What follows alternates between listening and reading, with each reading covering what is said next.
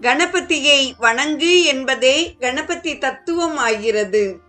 அடுத்ததாக நாம் காண இருப்பது கணபதி திருமணம்.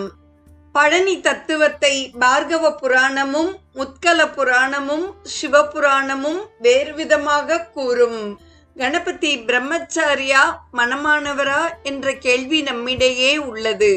சிவனும் பார்வதியும் ஒரு சமயம் தம் புத்திரர்களுக்கு திருமணம் செய்து வைக்க வேண்டும் என்று யோசனை செய்து கொண்டிருந்த பொழுது அதை கேட்ட கணபதியும் கந்தனும் தனக்குத்தான் முதலில் திருமணம் செய்து வைக்க வேண்டும் என்று பிடிவாதம் செய்தனர்.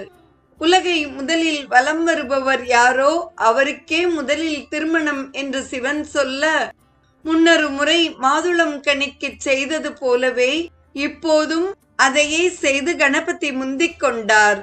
கல்யாணம் என்று சொல்லிவிட்டோம், பெண்கள் யாரென்று தெரியவில்லையே என்று சிவன் சிந்தித்துக் கொண்டிருந்த பொழுதே அருகில் இருந்த பிரம்மன் என் இரு மகள்களை, அதாவது சித்தி புத்தி ஆகியோரை கணபதிக்கு மணமுடிக்கலாம் என்று கூற, அதன்படியே கணபதிக்கு திருமணம் மிகச் சிறப்பாக நடைபெற்றது.